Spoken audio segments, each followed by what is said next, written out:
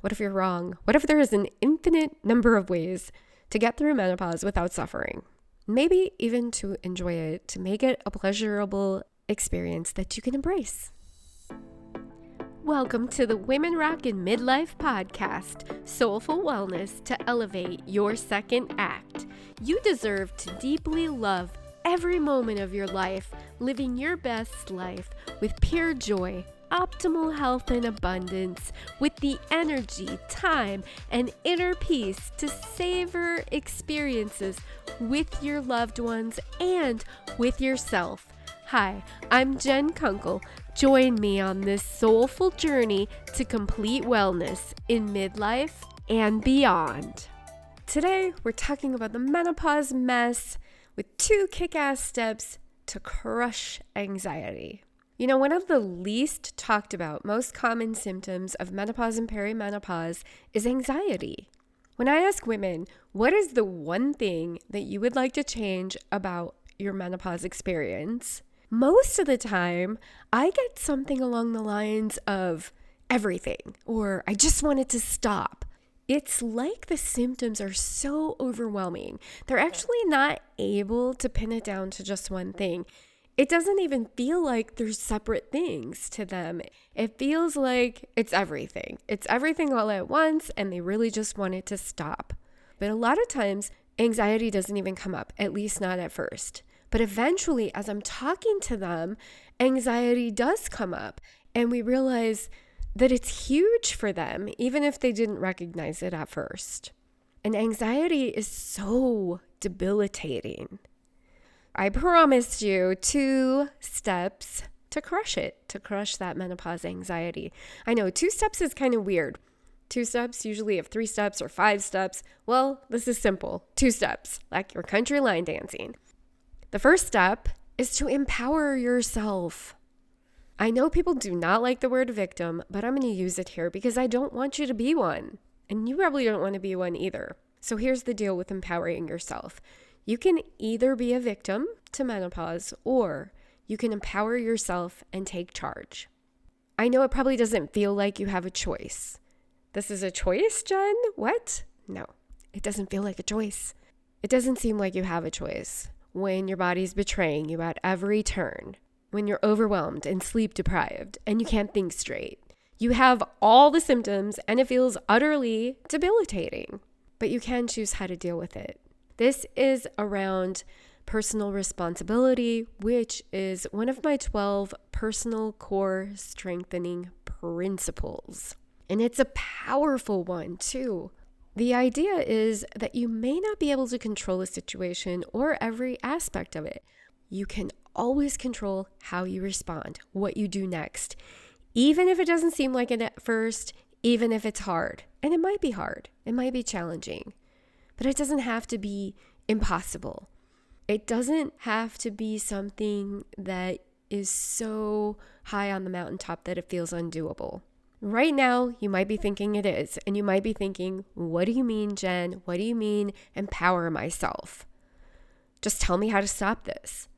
What pill can I take to make it stop? Do I need HRT?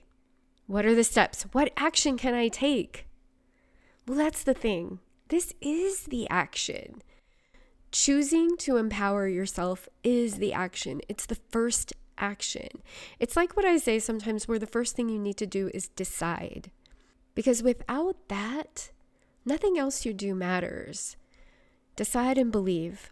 It's disempowering for you to believe that you are 100% at the mercy of menopause or anything, anyone, any circumstances. That's the idea behind personal responsibility, this as a core principle. That it's very disempowering to believe you're 100% at the mercy of others or of circumstances. So this is the action, to choose to empower yourself, to move forward with a mindset and a belief that there is a solution and that you don't have to suffer. Personal responsibility mode is empowering. And here's what it means. It means you take every opportunity to solve the problem. You keep searching until it's solved. And you never, ever accept that something is not solvable. That's taking personal responsibility. That's the choice that you make to empower yourself to find a way to go through menopause and have it be a wonderful experience, enjoyable, and not suffer. Which do you choose? Do you choose disempowered or empowered? I see many women who simply don't believe. They don't believe there's a way to stop it. They don't believe there's a way to get through it without suffering. They're searching. They're complaining about it. And when an opportunity for a solution presents itself, they don't take it. I don't know why. I'm not sure why. If you have an opportunity to stop something so painful, why wouldn't you? Why wouldn't you be jumping all over it? But some women don't. Why not? I don't know exactly, but I believe it has something to do with belief and not believing that there's a way to stop suffering, or they're not really willing to take action. I mean, it requires a little bit of effort, but some of the solutions I have require almost no effort at all. It's not as easy as taking a pill, but that doesn't even work for everybody, and some people don't want to do that. They don't want to take a pill. So if that's you, I'm your gal. So let me ask you though, are you going to take it lying down? Are you going to accept that menopause has a hold on you and there's nothing you can do about it for the next decade or so? Or are you going to put on your big girl panties and find a way to crush this menopause mess once and for all? If you choose door number 2, which is big girl panties and crushing it, stick with me. I'll guide you through it. So step number 1 is empower yourself. And step number 2, that's it, just 2, is to think outside the box. And what I like to say is there actually is no box. So you're thinking so far outside the box, there's no box. You think there are a limited supply of options to deal with menopause. What if you're wrong? What if there is an infinite number of ways to get through menopause without suffering? Maybe even to enjoy it, to make it a pleasurable experience that you can embrace. What if you have more control over your body than you think you do? I know you feel like your body is betraying you, but what if you could control what your body does? I remember when I was younger, watching one of these TV shows like That's Incredible or something, and if you're probably under 50, you probably don't know what that is. I remember seeing these yogis on one of these shows. They could control their breathing and their heart rate and their bodily functions to make it look like they were dead. I mean, they were slowing their breathing so slowly and slowing their heartbeat so slowly that it practically appeared as if they had died, but they're sitting up. I was fascinated by their ability to do this. I was like, oh my gosh, that's pretty wild, the kind of control that they have. No noticeable breathing, no detectable heart rate, and they were perfectly fine, perfectly alive. Wild, right? Our bodies are capable of so much more than we realize. In fact, our minds and our bodies are not even separate. That's just something that we believe because we were conditioned to think of them as separate entities. Our mind is one thing, our body is another thing, our emotions are another thing, our soul is this other thing. No, we're just us. We're one thing. We're just used to thinking of all of those things as separate. So what if you could control your body like these yogis do? Yes, that would take practice, lots of it. But what if you only wanted to lower your cortisol levels, balance other hormones, reduce stress? What if you just wanted to use it to get a good night's sleep and stay asleep? Get to sleep easily and stay asleep. How awesome would that be? And what if you didn't have to practice meditation for years to do that? What if you could learn shortcuts that make meditation more effective? Don't even think outside the box. Think as though there is no box, and the possibilities are endless. I truly believe that we all have the same kind of innate abilities. You don't have to be a yogi that practices meditation and these techniques for decades and decades to experience some of these kind of benefits. I believe we all have the same innate abilities within us, in theory. And it's just what we hone, what we take time to practice consistently. And I'm not saying, take 5 minutes a day and you're going to improve. You're going to have more abilities than you did before you took 5 minutes a day. So if you're still here You're probably the kind of woman who can think outside the box or think as if there is no box. And you're probably the kind of woman who's looking for natural solutions to menopause. So guess what? I have a bonus for you right now.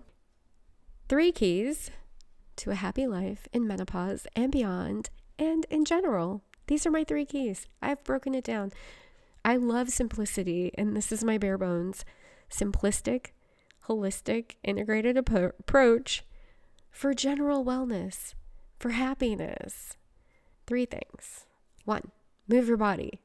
2, eat whole, healthy, unprocessed food.